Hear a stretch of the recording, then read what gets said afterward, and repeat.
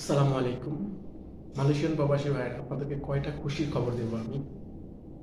বর্তমানে যারা মালয়েশিয়াতে অবস্থান করতেছেন, আপনারা কিন্তু অনেকেই বর্তমানে যত পরিমাণ দরপাকড় চলতেছে, এই দরপাকড়ের মাঝেও কিন্তু মালয়েশিয়া গভর্নমেন্ট কিন্তু আমাদেরকে কয়েকটা খুশির সংবাদ দিয়েছে। এটা আপনারা হয়তো জানেন, তা আমি আজকে আবারও রিপ্লাই করতেছি। সেটা হচ্ছে ফেব্রুয়ারি মাস থেকে অলমোস্ট সকল ফরেন ওয়ার্কারদের বেসিক কিন্তু বাড়িয়ে 200 টাকা বাড়িয়ে অলমোস্ট 1700 টাকা বেসিক করা হয়েছে।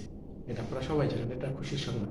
আর দ্বিতীয়টা হচ্ছে যে প্রত্যেক ফরেন ওয়ার্কারের জন্য ইপিএফ 2% ইপিএফ চালু করা হয়েছে।